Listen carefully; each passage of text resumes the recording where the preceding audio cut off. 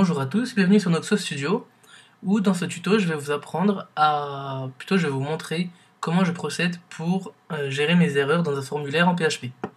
Donc je vais vous montrer concrètement ce qu'on va essayer d'obtenir au final. Donc si on se base par rapport à mon formulaire de contact sur mon site, donc là j'ai mon petit captcha, donc lui je vais être obligé de le mettre sinon tout va bugger. 39.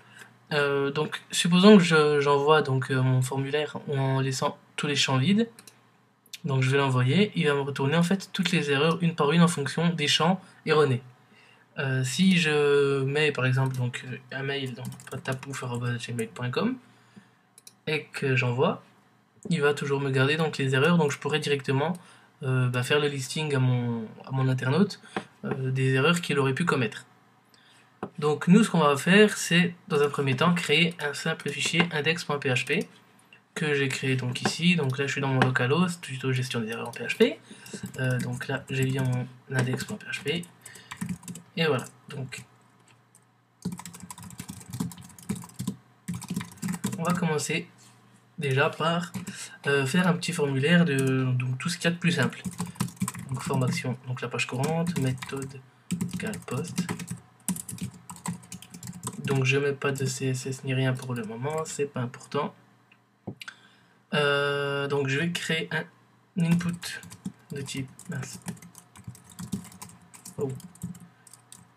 texte, name égale username, placeholder égale pseudo. Par exemple, un deuxième, donc hop, trop cool.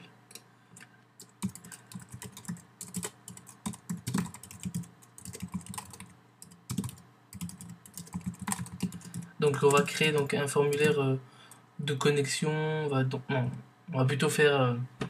On va avoir 3 champs à remplir. Donc placeholder égale mot de passe. Et pour finir, un champ mail.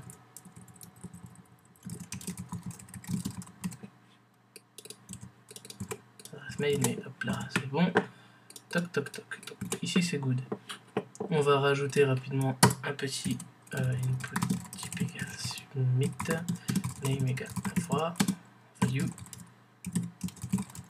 value envoyé. Certes c'est très moche, mais là n'est pas la question. Je vais rajouter rapidement un petit autocomplete égale off pour ne pas avoir mes champs remplis par défaut. Et maintenant je vais pouvoir commencer à traiter mes informations. Donc on va faire d'abord une condition pour vérifier si on a envoyé le formulaire ou non. Donc, hop, j'adonne ça rapidement. Donc, if set $post envoie. Donc, si on a envoyé, si on a cliqué, enfin, si $post envoie existe, donc si on a cliqué sur le bouton envoyer,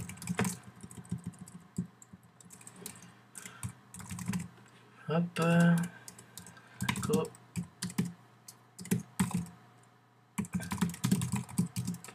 Le formulaire a été envoyé. Donc si je clique ici, formulaire envoyé. C'est très beau, c'est très cool. Donc,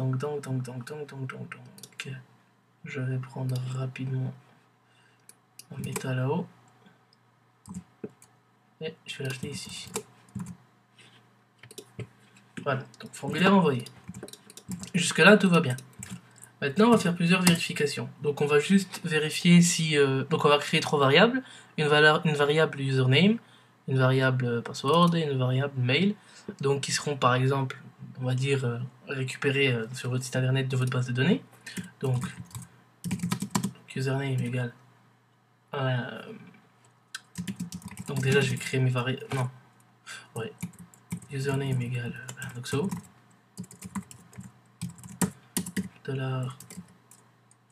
Password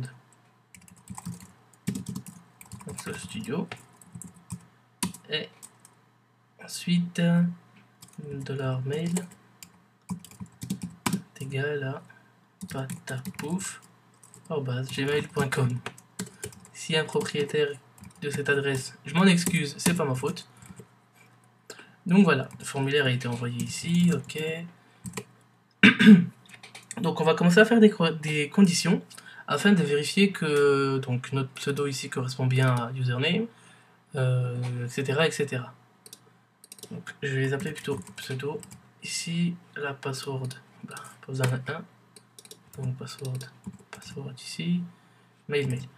Ensuite, donc je vais commenter ça rapidement pour vous laisser la source. Donc,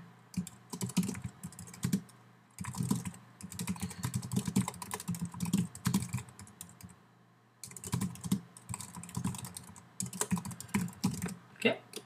Et maintenant, on va faire des conditions.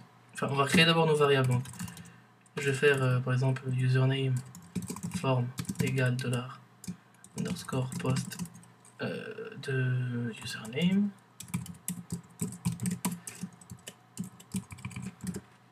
Ensuite, donc on aura ici password form, et l'autre ça sera mail ici, et là mail form. Ici ça sera les données qu'on aura récupérées de notre formulaire.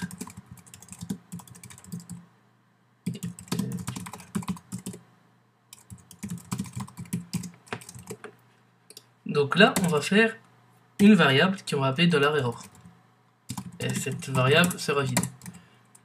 On va ensuite faire une condition, donc if $error égale vide. Donc si la variable est toujours vide, ce qui veut dire que, donc en fait là ici, là où je mets les espaces, on va faire ici tous nos traitements, donc toutes nos conditions. Donc je pense qu'il faut commencer plus ou moins à voir ce qu'on va créer. Donc if $error égale rien du tout, else and if. Donc else echo $error point virgule. Là echo ok, tout va bien. Donc là en fait on va faire nos conditions. Donc notre première condition ça va être par exemple if $username form égale $pseudo. Donc si j'ai bien marqué noxo, alors justement s'il est différent de pseudo, $error point égal. Donc le point ça sera pour en gros récupérer ce que error contient auparavant et d'y ajouter donc ce qu'on va vouloir mettre maintenant. Donc pseudo incorrect point avec un petit br à la fin pour bien afficher nos trucs. Et maintenant je vais dupliquer mon code. Donc là bon, en temps normal vous ferez vos vraies vérifications, hein. Donc là je vais vérifier que password form correspond, et si je vais vérifier si le password que j'ai mis dans le formulaire est différent de ça. Donc là je vais mettre mot de passe correct. Et pour terminer, je vais regarder mail form, fonction de mail, et là adresse mail incorrect. Non, TE, voilà. À partir de là, je vais pouvoir tester mes trucs. Donc, je vais repartir sur mon index.php. Donc supposons que je mette blabla, blabla et blabla. J'envoie. Donc il me ressort ici mes 3 erreurs. Pseudo incorrect, mot de passe incorrect, adresse mail incorrect. Si je mets ici patapouf@gmail.com, j'ai pas fait de bêtises là. Non, c'est ça. Il va donc l'adresse mail est correcte, mais le pseudo et le mot de passe sont toujours incorrects. Donc voilà, il va nous faire nos vérifications. patapouf@gmail.com. Hop, envoyer. Ok, tout va bien. À partir du moment donc, où on n'a aucune erreur ici, il va nous afficher ok, tout va bien. Donc là, on va pouvoir faire par exemple notre traitement, donc notre insertion de membres, etc. dans notre base de données. Donc à partir de ce moment-là, ben, libre à vous de faire ce que vous voulez. Donc voilà, c'est la méthode que j'utilise pour faire ma gestion d'erreurs. Et voilà, donc ça nous évitera de faire des indentations monstrueuses qui des fois peuvent aller jusqu'à 14-15 tabulations en fonction de votre site. Mais voilà, donc c'est plus ordonné, donc on peut après commenter ça plus facilement avec des commentaires. Donc voilà, c'est plus facile de s'y repérer, etc. Donc voilà, j'ai terminé ce petit tuto. C'était un petit tuto rapide parce que ça faisait un moment que j'en avais pas fait sur le site. Un tuto vidéo, pardon. Et voilà, donc si vous avez des questions ou des suggestions, des idées de tutos, n'hésitez pas à les proposer dans les commentaires ou via le formulaire de contact sur Noxus Studio. Sur ce, je vous remercie, à bientôt. Salut!